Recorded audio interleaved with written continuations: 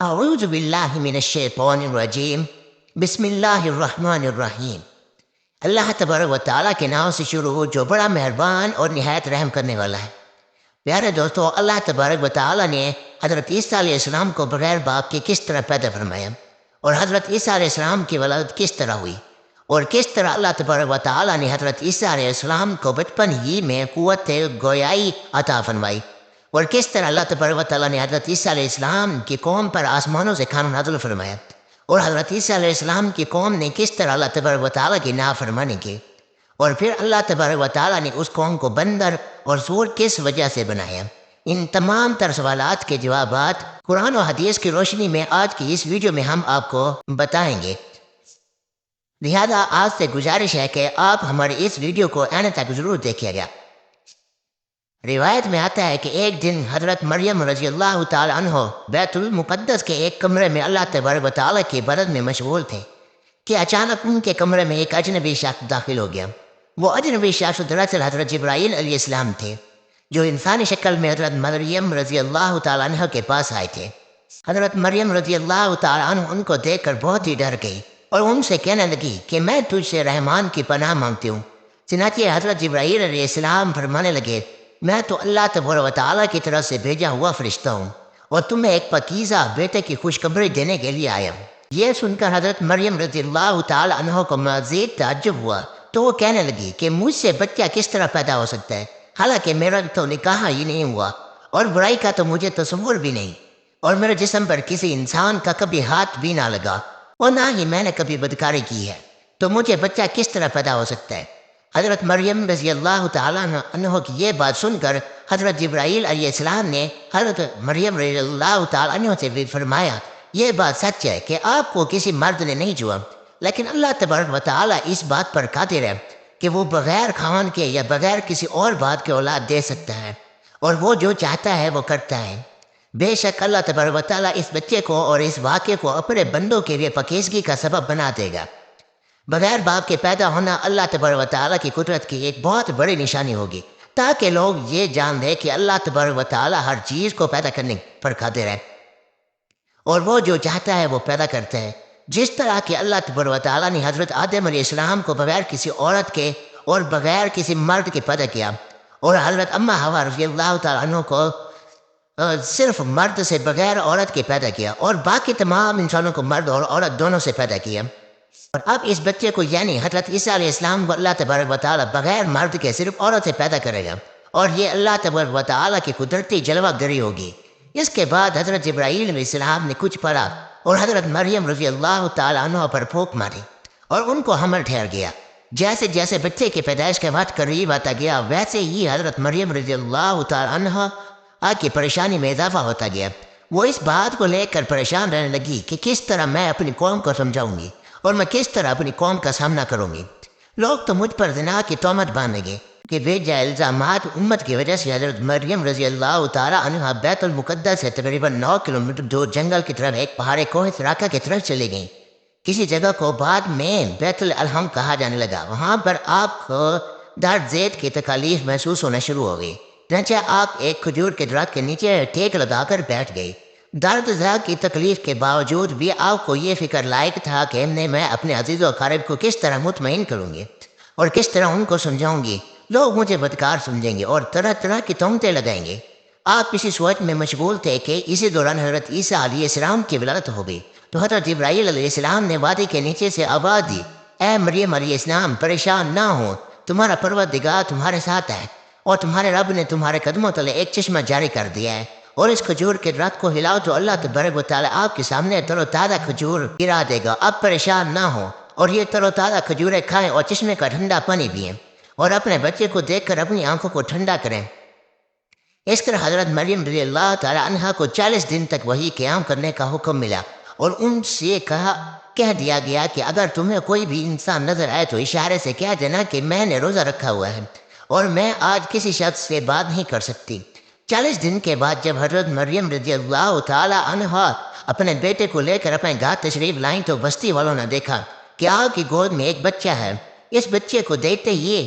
بستی والوں نے شور مچانا شروع کر دیا اور آپ پر طرح طرح کی تہمتیں لگانے لگیں، اور حضرت مریم رضی اللہ تعالی عنہا کو کہنے لگے کہ تو نے یوسف سے زنا کیا ہے،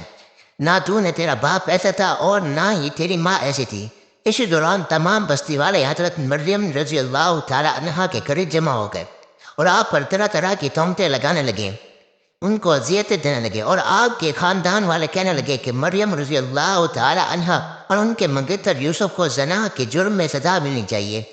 ان بستی والوں کی باتوں کو سن کر حضرت مریم رضی اللہ تعالی عنہا نے بستی والوں سے کہا کہ میں نے کوئی زنا نہیں کیا اور نہ ہی میں نے کوئی بدکاری کی ہے۔ اس وقت بستی والوں نے حضرت مریم رضی اللہ تعالی عنہا سے کہا کہ تمہارے پاس کون سا ثبوت ہے اور کون تمہاری پاکیزگی کی گواہی دے گا؟ اور اس وقت حضرت مریم رضی اللہ تعالی عنہا نے بچے کی طرف اشارہ کیا جو کہ اس وقت دودھ پی رہا تھا۔ تو اس وقت اللہ تبارک و تعالیٰ کے حکم سے وہ بچہ بول اٹھا کہ میں اللہ تبارک و تعالیٰ کا بندہ ہوں اور اللہ تبارک و تعالیٰ مجھے نبوت اور کتاب عطا فرمائے گا۔ اس کے بعد اس بچے نے فرمایا کہ اللہ تبارک و تعالیٰ نے مجھے نماز اور زکوٰۃ کا پابند بنایا ہے،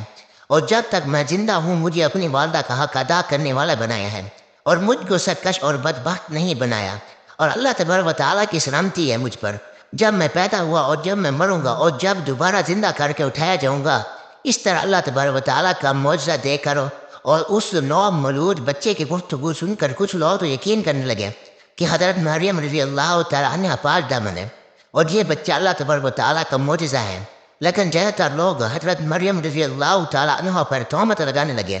ان تمام تکلیف کے باوجود وقت یوں ہی گزرتا رہا، اور جب حضرت عیسیٰ علیہ السلام کی عمر مبارک 7 سال کی ہوئی تو یہودیوں نے ان کو بہت زیادہ تنگ کرنا شروع کر دیا اور بیت المقدس کے حالات خراب ہونے لگے۔ تو حضرت مریم رضی اللہ تعالی عنہ اپنے بیٹے حضرت عیسیٰ علیہ السلام کو لے کر مصر کی طرف ہجرت کر گئی۔ آپ نے اپنی زندگی وہیں گزاری۔ اس کے بعد پھر اللہ تبارک و تعالیٰ کے حکم سے آپ دوبارہ فلسطین میں تشریف لے آئیں۔ پھر اللہ پاک نے 30 سال کی عمر میں حضرت عیسیٰ علیہ السلام کو انجیل عطا فرمائی۔ اللہ پاک نے حضرت عیسیٰ علیہ السلام کو بے شمار معجزات سے نوازا تھا۔ قابل ذکر معجزات یہ ہیں کہ حضرت عیسیٰ علیہ السلام بغیر والد کے پیدا ہوئے اور ماں کی گود میں ہی گفتگو کرنا شروع کر دیا، اور حضرت عیسیٰ علیہ السلام مٹی کا پرندہ بنا کر جب اس پر پھونک مارتے تو وہ اڑنے لگتا، اور حضرت عیسیٰ علیہ السلام پیدائشی نبی کی آنکھوں پر ہاتھ پھیرتے تو اس کی نظر درست ہو جاتی، اور کوڑ اور جرائم کے مریضوں کو ہاتھ لگاتے تو وہ بالکل تندرست ہو جاتے، اور جو کچھ بھی لوگ کھاتے یا پیتے یا اپنے گھروں میں چھوڑ کر آتے ان سب کا آپ کو علم ہوتا، اور آپ سب کچھ تفصیل کے ساتھ ان لوگوں کو بتا دیتے۔ ان سب معجزات کے باوجود بھی بنی اسرائیل کی قوم آپ پر ایمان نہ لائی اور آپ کو جھٹلاتے رہے، اور اسی طرح آپ پر تہمت لگاتے رہے، اور چند لوگ ہی ایسے تھے جن کی تعداد 12 بتائی جاتی ہے۔ یہی لوگ حضرت عیسیٰ علیہ السلام پر ایمان لائے، جن کو قرآن پاک میں حواریون کے رقب سے پکارا گیا ہے۔ جس طرح کہ اللہ تبارک و تعالیٰ قرآن پاک میں ارشاد فرماتا ہے، جب حضرت عیسیٰ علیہ السلام نے ان کے کفر کو محسوس کر لیا تو کہنے لگے کہ اللہ تبارک و تعالیٰ کی راہ میں میری مدد کرنے والا کون کون ہے؟ تو حواریوں نے جواب دیا، ہم اللہ تبارک و تعالیٰ کی راہ میں آپ کے مددگار ہیں، ہم اللہ تبارک و تعالیٰ پر ایمان لائے اور آپ گواہ رہیں کہ ہم آپ کے تابع اور فرما بردار ہیں۔ اس کے بعد حضرت عیسیٰ علیہ السلام تبلیغ کی غرض سے اپنے حواریوں کو لے کر شام کی طرف روانہ ہو گئے اور وہاں پر اللہ تبارک و تعالیٰ کا پیغام پہنچانا شروع کر دیا، لیکن وہاں پر بھی بنی اسرائیل کے لوگوں نے آپ کی بڑھ چڑھ کر مخالفت کی اور آپ کے طرح طرح کی تکلیفیں پہنچانا شروع کر دی اور ہر طرح سے آپ اسلام کو اذیتیں دینا شروع کر دی۔ پھر ایک دن حضرت عیسیٰ علیہ السلام کے حواریوں نے تو فرمائش کی جس کو اللہ تبارک و تعالیٰ قرآن پاک میں یوں بیان فرماتا ہے، اور جب حواریوں نے کہا کہ اے عیسیٰ ابن مریم، کہ آپ کا پروردگار اس بات پر قادر ہے کہ وہ ایسا کر سکتا ہے کہ ہم پر آسمان سے کھانا نازل فرمائے،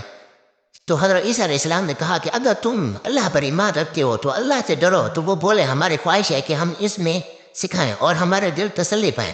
اور ہم جان لیں کہ تم نے ہم سے سچ کہا اور ہم اس نازل ہونے والے کھانے پر گواہ رہیں گے۔ حضرت عیسیٰ علیہ السلام نے اللہ تبارک و تعالیٰ کی بارگاہ میں دعا کی کہ اے ہمارے پروردگار، ہم پر آسمان سے دسترخوان فرما، ہمارے لیے وہ دن ہے عید کا دن قرار پائے، یعنی ہمارے اگلوں کے لیے اور ہمارے پچھلوں کے لیے، اور وہ تیری طرف سے نشانی ہو، اور ہمیں رزق عطا فرما،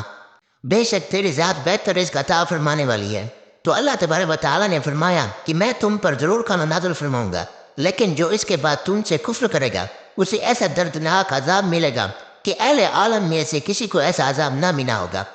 حضرت عمار بن یاسر رضی اللہ تعالی عنہ سے روایت ہے کہ